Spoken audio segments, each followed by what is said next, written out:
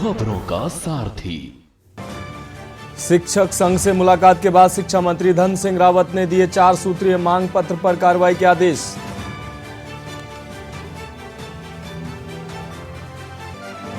प्रशिक्षु महिला क्रिकेटर के यौन उत्पीड़न मामले में कोच नरेंद्र शाह की जमानत खारिज कराने हाईकोर्ट जाएगा बाल संरक्षण आयोग।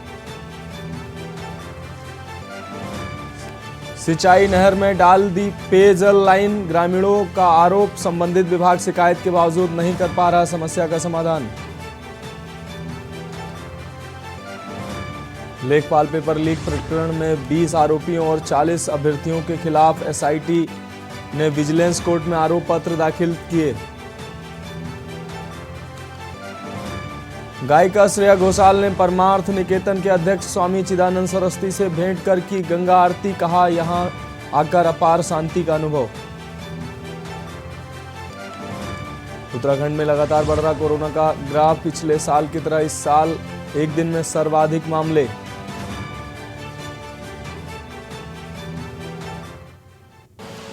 आप देख रहे हैं के न्यूज, खबरों का सारथी। नमस्कार, उत्तराखंड की खबरों में आपका स्वागत है। मैं हूं मनोज मानस। रुक करते हैं खबरों का। कालाढूंगी विधानसभा में प्रदेश के मुख्यमंत्री पुष्कर सिंह धामी का आज पहली बार आगमन हुआ। इस मौके पर भाजपा प्रदेश अध्यक्ष महेंद्र भट्ट, सांसद और केंद्रीय रक्षा राज्य मंत्री अजय भट्ट, क्षेत्रीय विधायक बंशीधर भगत के अलावा भाजपा के अन्य पदाधिकारी भी कार्यक्रम में मौजूद रहे। वहीं इस मौके पर मुख्यमंत्री ने विभिन्न कार्य योजनाओं का लोकार्पण और शिलान्यास किया, जिसमें 95 करोड़ की 36 योजनाएं शामिल हैं। मुख्यतः स्वास्थ्य, सड़क, मंडी निर्माण के अलावा पेयजल योजनाएं भी शामिल हैं। मुख्यमंत्री ने नकल विरोधी कानून को प्रदेश में सख्ती से लागू किए जाने की बात कही, जिसमें लोक सेवा आयोग व अधीनस्थ चयन सेवा आयोग द्वारा भविष्य में निष्पक्ष परीक्षण कराए जाने की बात कही। वहीं कार्यक्रम को केंद्रीय रक्षा राज्य मंत्री अजय भट्ट, क्षेत्रीय विधायक बंशीधर भगत के अलावा प्रदेश अध्यक्ष महेंद्र भट्ट ने भी संबोधित किया। का नया सूत्रपात करेंगे और जो घोषणाएं की गई हैं वो घोषणाएं यहाँ के लिए नितांत आवश्यक थी और इन घोषणाओं के होने से और जब ये धरातल पर उतरेंगी तो निश्चित रूप से इसका लाभ मिलेगा। और हमारा लक्ष्य है, हमारा संकल्प है कि उत्तराखंड के हर क्षेत्र का विकास हो। और कालाढूंगी क्षेत्र हमारा चूँकि सैनिक बाहुल्य भी है, कृषक बाहुल्य भी है, इस क्षेत्र का समुचित दृष्टि से चाहे पेयजल की व्यवस्थाएँ हों, चाहे सड़कों की हों, चाहे पुलों की हों, बिजली की हों, इन सभी क्षेत्रों में हम काम करेंगे। और ट्यूबवेल स्थापना से लेकर जहाँ पर भी जो काम आने वाले समय में जिस प्रकार से हमारे यहाँ की प्रतिभाएं आज राष्ट्रीय और अंतर्राष्ट्रीय स्तर पर बहुत शानदार प्रदर्शन कर रही हैं और बहुत हमारे प्रदेश के अंदर संभावनाएं हैं, उन सभी को, उन खिलाड़ियों को जो सामान्य परिवारों में पैदा होते हैं, हर प्रकार की उनको सुविधा मिले। और खेल विश्वविद्यालय बन जाने से निश्चित रूप से उनको अनेकों क्षेत्रों में जाने का अवसर मिलेगा। इसको लेकर हमने खेल कोटा भी 4% का जो बंद हो गया था, उस खेल कोटा को भी प्रारंभ किया है। मुख्यमंत्री उन्नयन खिलाड़ी योजना भी हमने प्रारंभ की है और इसके साथ साथ नई खेल नीति भी हम लेकर आए हैं और खेल विश्वविद्यालय बनाने का भी। कानून को मानने वाले लोग हैं, कानून पर विश्वास करने वाले लोग हैं। जो भी अतिक्रमण है, हमने उनसे कहा है अतिक्रमण करवाने के पीछे जो लोग भी हैं वो स्वतः ही अपना अतिक्रमण हटा लें, उस पर पीछे हट जाएं, अन्यथा सरकार उस पर सख्ती से काम करेगी। क्योंकि हमारा तुष्टीकरण करने का उद्देश्य नहीं है, हम किसी के खिलाफ नहीं है, लेकिन ये जबरदस्ती जो अतिक्रमण है, कब्जेबाजी है, इसको हम निश्चित रूप से हटाएंगे। इसके पीछे अब एक जना पूछोगे तो बताओ। लैंड जहाज चाहे जिस स्तर पर भी होगा, चाहे वो वन विभाग पर होगा, पीडब्ल्यूडी पर होगा, राजस्व विभाग की जमीन पर होगा, सिंचाई विभाग की जमीन पर होगा, जहां पर भी अतिक्रमण होगा उस अतिक्रमण को हमने कहा है कि स्वतः ही हटा लें। ये जिहाद, लैंड जिहाद किसी तरह से भी उत्तराखंड के अंदर नहीं चलेगा। खबर डोईवाला से, जहां अवैध खनन रोकने के लिए जिला प्रशासन, आपको बता दें, जिला प्रशासन के अधिकारी साथ में प्रशासन के दिशा निर्देश पर बनी अवैध खनन निरोधक दस्ते ने देर रात लाल तप्पड़ जोली ग्रांट में सघन चेक इन अभियान चलाते हुए 6 बड़ी गाड़ियों को पकड़ा और जांच करने के बाद अवैध खनन सामग्री पाए जाने पर सभी गाड़ियों को सीज कर दिया। साथ ही तहसील और पुलिस चौकियों में इन गाड़ियों को खड़ी करा दिया। वहीं डोईवाला क्षेत्र के सौंग, सुसवा और जाखन में जिला और तहसील प्रशासन को अवैध खनन की शिकायतें मिल रही थी, जिसके बाद तहसील प्रशासन ने खनन विभाग के अधिकारियों के साथ देर रात को खनन से भरे वाहनों की जांच पड़ताल की तो 6 बड़े डंपर गाड़ियों में लाई जा रही खनन सामग्री की जांच पड़ताल की गई और कागजों की जांच की गई तो तमाम तरह की खामियां पाई गई, जिसके बाद मौके पर मौजूद तहसीलदार मोहम्मद सादाब और जिला खनन अधिकारी राजेंद्र रावत ने सभी गाड़ियों को अवैध खनन में सीज कर दिया। प्रशासन की इस कार्रवाई से अवैध खनन माफियाओं में हड़कंप मच गया। अवैध खनन के खिलाफ डोईवाला तहसील प्रशासन ने बड़ी कार्रवाई की है। कल देर रात छापेमारी कर 6 गाड़ियां पकड़ी हैं तहसील प्रशासन ने। तो एक ये डंपर है जो अवैध खनन में पकड़ा है, इसके अलावा 2 डंपर सामने खड़े हैं और साथ ही 3 गाड़ियां जो हैं लाल तप्पड़ पुलिस चौकी में खड़ी कराई है। अवैध खनन निरोधक दस्ता जब से बना है लगातार अवैध खनन के खिलाफ कार्रवाई कर रहा है, लेकिन अभी भी सोंग नदी में कुछ खनन माफिया ऐसे हैं जो मानने को तैयार नहीं है। आज भी सुबह हमने देखा कि इस तरह से वहाँ पे पिकअप लगातार नदियों में खनन कर रही है, तो कहीं ना कहीं राजस्व का नुकसान जो है प्रशासन को है, सरकार को है। इसलिए सरकार को भी कोशिश करनी चाहिए कि अवैध खनन हर हाल में रुके। हालांकि डोईवाला तहसील की अगर हम बात करें तो प्रशासन और पुलिस लगातार अवैध खनन रोकने के लिए मुस्तैद है। देर रात तक चेकिंग की थी, जिसके बाद 6 गाड़ियाँ पकड़ी गई हैं। तो बड़ी कार्रवाई डोईवाला प्रशासन द्वारा। राजकुमार अग्रवाल, के न्यूज़, डोईवाला। खबर हरिद्वार से, जहां चारधाम यात्रा शुरू होने में कुछ ही दिन शेष बचे हैं। उत्तराखंड सरकार यात्रियों की सुविधा के लिए सभी तरह की तैयारियां करने में जुटी है, जिससे देश विदेश से आने वाले श्रद्धालुओं को परेशानी का सामना न करना पड़े। विपक्ष सरकार द्वारा चारधाम यात्रा को लेकर की जा रही तैयारियों को नाकाफी बता रहा है। हरिद्वार पहुंचे नेता प्रतिपक्ष यशपाल आर्य ने कहा कि चारधाम यात्रा की तैयारियों को लेकर सरकार गंभीर नहीं है। नेता प्रतिपक्ष यशपाल आर्य का कहना है कि चारधाम यात्रा की तैयारियों को लेकर देखने को मिल रहा है कि सरकार कितनी गंभीर है। चारधाम यात्रा शुरू होने वाली है मगर तैयारियां पूरी नहीं हो सकी। हरिद्वार में जाम की स्थिति देखने को मिल रही है। आज मैं खुद जाम में फंस गया, हालात खराब नजर आ रहे हैं। फ्लाईओवर का कार्य नहीं हो पा रहा है। स्थानीय निवासियों को भी काफ़ी परेशानी का सामना करना पड़ रहा है। सरकार उदासीन नजर आ रही है। यह दुर्भाग्य की बात है कि सरकार अभी भी नहीं चेत रही है, तो हम सरकार को धरने के माध्यम से जगाने का कार्य करेंगे। हाल देख रही हैं आप, क्या तैयारियां हैं, सरकार कितनी गंभीर है, प्रशासन किसमें कितना सचेत है, इसकी कोई वानगी है। अभी चारधाम यात्रा प्रारंभ होने जा रही है, लेकिन व्यवस्थाएं चाक चौबंद होनी चाहिए थी। आवाजाही में घंटों लग रहे हैं जाम, पूरा शहर में जाम है। जो मुख्य सड़क है वहाँ जाम है। मुझे भी आने में काफ़ी समय लगा है। तो ये हालात बद से बदतर हो रहे हैं। जो फ्लाईओवर हैं उसके दोनों ओर दीवारें लगा दी गई हैं। खबर चमोली से। पूर्व सैनिकों ने अपनी मांगों को लेकर गोचर में बैठक करने के बाद सेना से सेवानिवृत्त हुए सैनिकों ने रैली निकालकर पेंशन व अन्य मांगों को लेकर मुख्य बाजार में रैली निकालकर प्रदर्शन किया। आपको बता दें, दरअसल 1 रैंक 1 पेंशन योजना की विसंगतियों को लेकर सेवानिवृत्त हुए सैनिक प्रदर्शन कर रहे हैं और सरकार से मांग कर रहे हैं कि योजना में जो भी विसंगतियां हैं उन्हें जल्द से जल्द दूर किया जाए।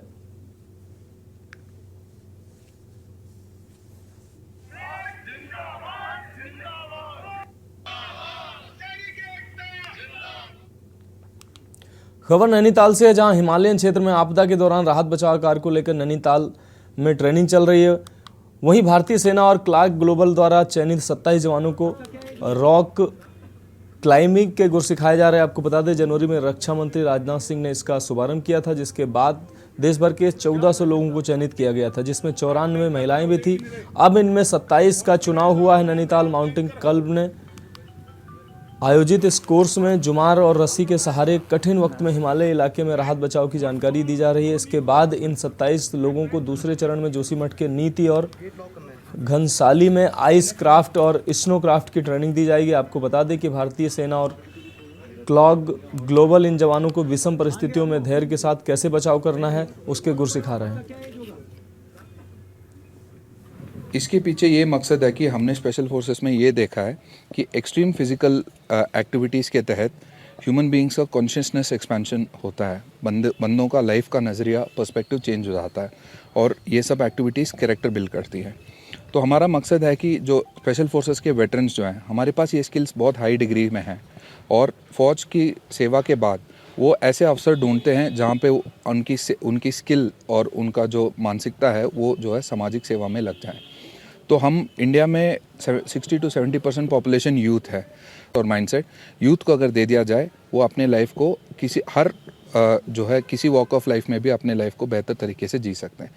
एडवेंचर टूरिज़्म क्योंकि डेवलप हो रहा है तो इसमें एम्प्लॉयमेंट की अपार संभावना है, तो हम लोग ये चाहते हैं कि NTMC के थ्रू हम लोग जितनों को ट्रेन करें और उनका सेल्फ एम्प्लॉयमेंट हो जाए और आगे बढ़ें। बहुत हमारे बच्चे पहले सेटल भी हो चुके हैं ये वाले फील्ड में। खबर लक्सर से है, जहां लोक निर्माण विभाग राष्ट्रीय राजमार्ग देहरादून के द्वारा लगभग 24 करोड़ की लागत से बनाया गया पुल 100 पीस बनकर खड़ा है। वहीं ग्रामीण भी अपनी जान जोखिम में डालकर सोनाली नदी को पार करने के लिए मजबूर हैं। 27 फरवरी 2021 को पुल का निर्माण शुरू किया गया था। आपको बता दें कि पुल तो बनकर तैयार हो गया, लेकिन पुल को जोड़ने वाले संपर्क मार्ग अभी तक नहीं बनाए गए हैं। सालों बीत जाने के बाद भी ये संपर्क मार्ग नहीं तैयार हुए हैं, लेकिन पुल के संपर्क मार्ग नहीं बन सके, जिससे ग्रामीण कई बार शिकायत कर चुके हैं। लेकिन विभाग संपर्क मार्ग बनाने के लिए नींद से नहीं जाग रहा है। समस्या जस की तस बनी हुई है। इस शिविर में 2 प्रार्थना पत्र प्राप्त हुए थे। एक तो मथारा में जो PWD द्वारा पुल बनाया गया उसकी अप्रोच अभी तक नहीं बनी है।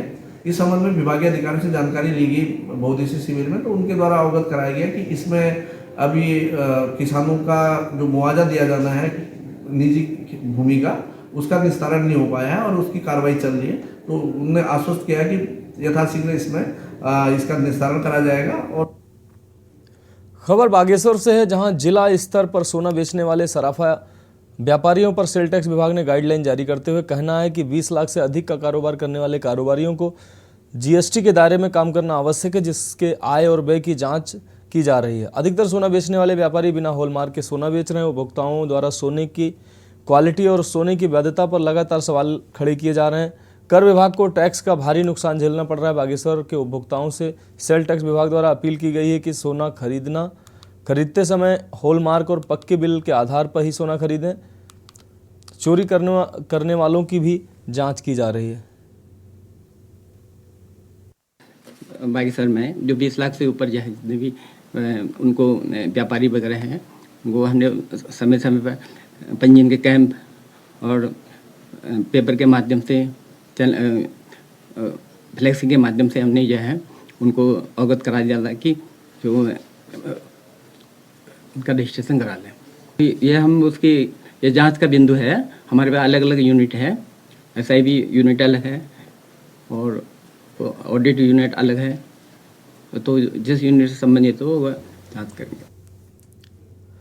खबर कालाढूंगी से है। मुख्यमंत्री पुष्कर सिंह धामी अब लैंड जिहाद को लेकर बेहद सख्त नजर आ रहे हैं। कालाढूंगी में कार्यक्रम में पहुंचे मुख्यमंत्री ने कहा कि उत्तराखंड में किसी भी कीमत पर लैंड जिहाद बर्दाश्त नहीं किया जाएगा। उन्होंने अतिक्रमणकारियों को सख्त हिदायत देते हुए कहा कि चाहे कोई भी हो, जिसने सरकारी भूमि, वन विभाग, राजस्व व सिंचाई विभाग की जमीन पर कब्जा किया है, वह तत्काल अपना अतिक्रमण हटा ले, नहीं तो उनके खिलाफ सख्त कार्रवाई की जाएगी। मुख्यमंत्री ने कहा कि हम कानून को मानने वाले लोग हैं और उसमें विश्वास करने वाले लोग हैं और सरकार का तुष्टीकरण का कोई उद्देश्य नहीं है, लिहाजा अतिक्रमण किसी भी कीमत पर बर्दाश्त नहीं किया जाएगा। चाहे जिस स्तर पर भी होगा, चाहे कानून को मानने वाले लोग हैं, कानून को मानने वाले लोग हैं, कानून पर विश्वास करने वाले लोग हैं। जो भी अतिक्रमण है, हमने उनसे कहा है अतिक्रमण करवाने के पीछे जो लोग भी हैं वो स्वतः ही अपना अतिक्रमण हटा लें, उस पर पीछे हट जाए, अन्यथा सरकार उस पर सख्ती से काम करेगी। क्योंकि हमारा तुष्टीकरण करने का उद्देश्य नहीं है, हम किसी के खिलाफ नहीं है, लेकिन ये जबरदस्ती जो अतिक्रमण है, कब्जेबाजी है, इसको हम निश्चित रूप से हटाएंगे। जहाज चाहे जिस स्तर पर भी होगा, चाहे वो वन विभाग पर होगा, PWD पर होगा, राजस्व विभाग की जमीन पर होगा, सिंचाई विभाग की जमीन पर होगा, जहां पर भी अतिक्रमण होगा उस अतिक्रमण को हमने कहा है कि स्वतः ही हटा लें। ये जिहाद, लैंड जिहाद किसी तरह से भी उत्तराखंड के अंदर नहीं चलेगा। खबर लक्सर से है, जहां रिपब्लिकन पार्टी ऑफ इंडिया के प्रदेश अध्यक्ष सेठ पाल ने एक कार्यक्रम का आयोजन किया। केंद्रीय मंत्री रामदास अठवले का पार्टी जिला अध्यक्ष अंकित ढाडेकी ने कार्यकर्ताओं के साथ भव्य स्वागत किया। रामदास अठवले ने कहा कि कांग्रेस ने 70 साल तक देश को लूटने का काम किया। उन्होंने कहा कि केंद्र की भाजपा सरकार ने सभी का विकास किया है। PM मोदी की तारीफ करते हुए कहा कि वे दुनिया के नंबर 1 नेता हैं। रिपब्लिकन पार्टी आने वाले चुनाव में उत्तराखंड में बीजेपी के साथ मिलकर प्रदेश में चुनाव लड़ेगी और देश में एक बार फिर बीजेपी की सरकार बनाने का काम करेगी। मंत्री रामदास अठवले ने बेमौसम बारिश से किसानों की जल्द मुआवजा दिलाने की सरकार से मांग भी की।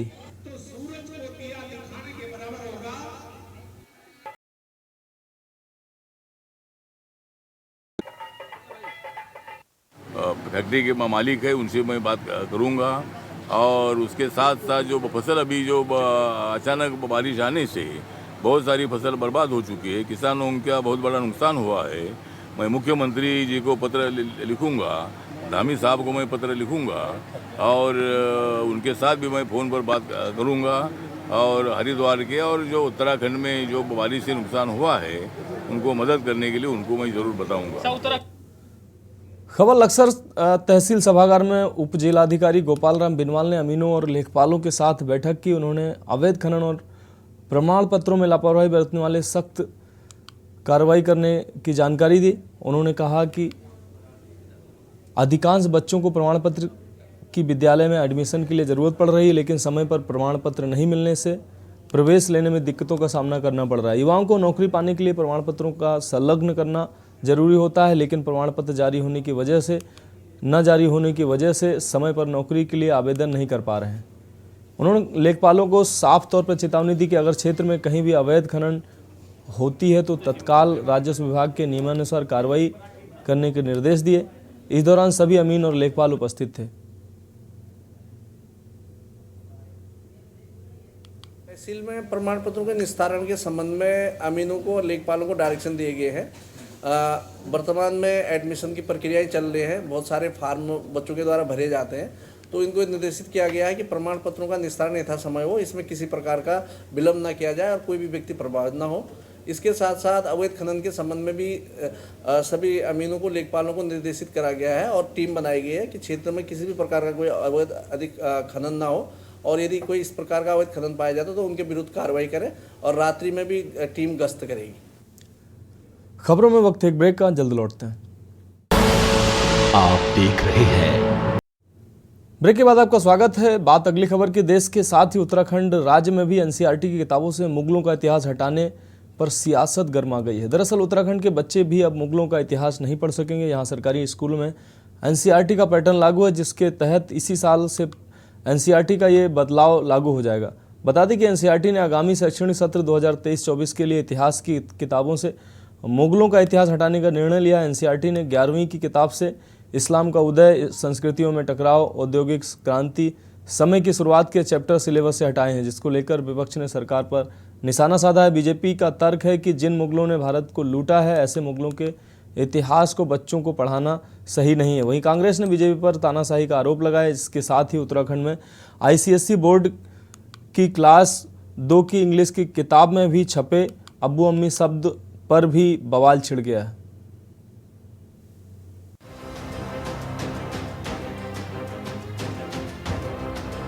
एनसीईआरटी की किताबों से मुगलों का इतिहास हटाने पर उत्तराखंड में सियासत गर्मा गई है। दरअसल उत्तराखंड के बच्चे भी अब मुगलों का इतिहास नहीं पढ़ सकेंगे। यहाँ सरकारी स्कूलों में एनसीईआरटी का पैटर्न लागू है, जिसके तहत इसी साल से एनसीईआरटी के ये बदलाव लागू हो जाएगा। बता दें कि एनसीईआरटी ने आगामी शैक्षणिक सत्र 2023 से 24 के लिए इतिहास की किताबों से मुगलों का इतिहास हटाने का निर्णय लिया है। एनसीईआरटी ने 11वीं की किताब से इस्लाम का उदय, संस्कृतियों में टकराव, औद्योगिक क्रांति, समय की शुरुआत के चैप्टर सिलेबस से हटाए हैं, जिसको लेकर विपक्ष ने सरकार पर निशाना साधा है। बीजेपी का तर्क है कि जिन मुगलों ने भारत को लूटा है, ऐसे मुगलों के इतिहास को बच्चों को पढ़ाना सही नहीं। वहीं कांग्रेस ने बीजेपी पर तानाशाही का आरोप लगाया है। इसके साथ ही कांग्रेस का कहना है कि हर बार इतिहास सिर्फ प्रेरणा के लिए नहीं पढ़ा जाता, बल्कि सीखने के लिए भी इतिहास को पढ़ा जाता है। बच्चों को भी मुगलों के शासनकाल में क्या कुछ हुआ, ये पढ़ना जरूरी है। कांग्रेस का आरोप है कि बीजेपी आरएसएस की कविताओं को बच्चों को पढ़ाने के लिए ये सब हथकंडे अपना रही है। देखिए, भारतीय जनता पार्टी पूरी तरह से तानाशाही के मूड में आ चुकी है। देश ऐसा लगता है कि 2014 में ही आजाद हुआ इनके सत्ता पर काबिज होने के बाद, और अब अगली गाज गिरी है सिलेबस पे। एनसीईआरटी ने अपने सिलेबस से तमाम चीजें हटा दी। आड़ तो ये मुगल काल की ले रहे हैं कि मुगल शासक कभी भी हमारे लिए प्रेरक नहीं रहे, इसलिए हमने उसको हटवा दिया। इतिहास में हर चीज प्रेरणा के लिए नहीं पढ़ाई जाती, इतिहास सबक सीखने के लिए होता है कि जो इतिहास में हुआ है उन गलतियों को देखकर, उनसे सीखकर हम वो गलतियां ना दोहराएं। कहीं ना कहीं मोदी जी के अंदर एक कहते हैं ना कीड़ा है कि वो इतिहास पुरुष बनना चाहते हैं और हर चीज को बदल डालना चाहते हैं, लेकिन इतिहास तो इतिहास होता है, उसको दोबारा नहीं लिखा जाता।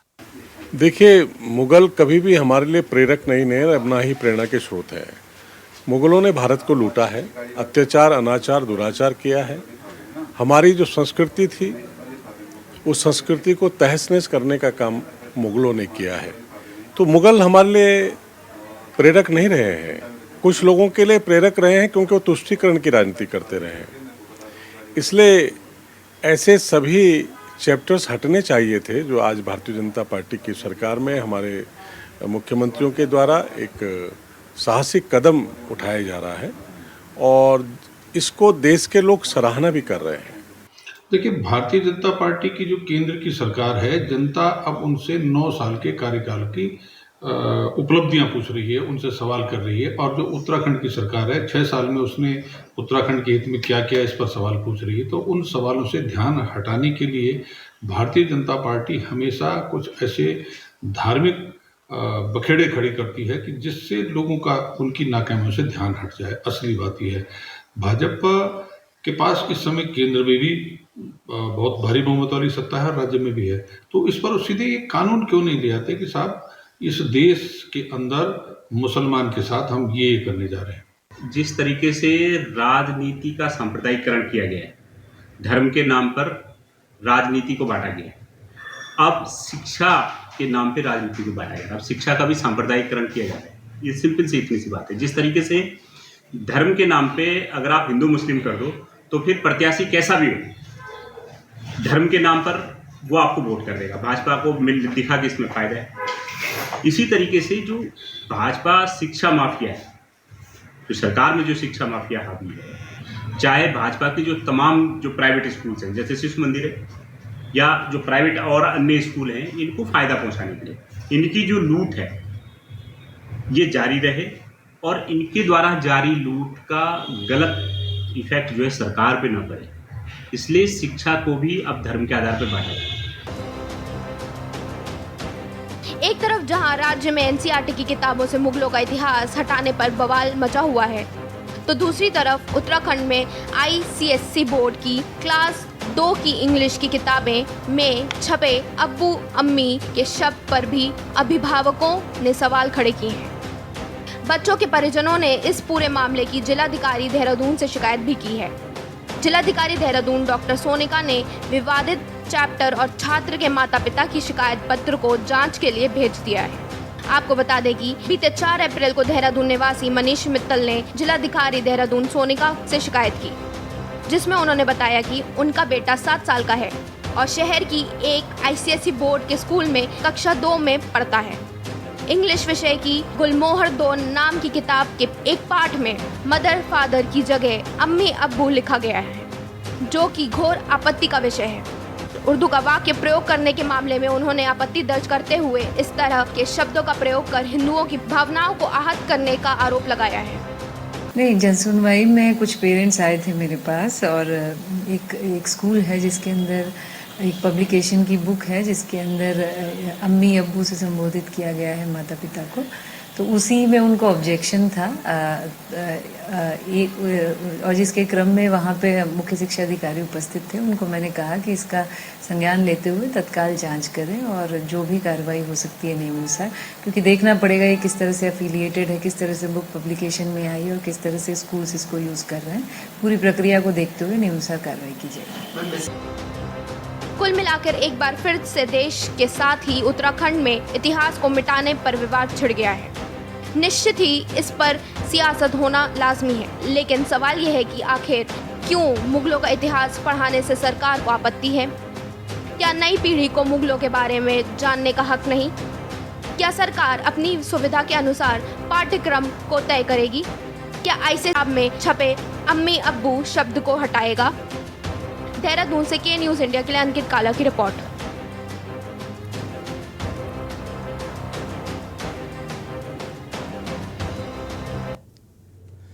खबर उत्तराखंड में अभी के लिए इतना ही। मुझे दीजिए इजाजत और आप देखते रहिए के न्यूज़ इंडिया।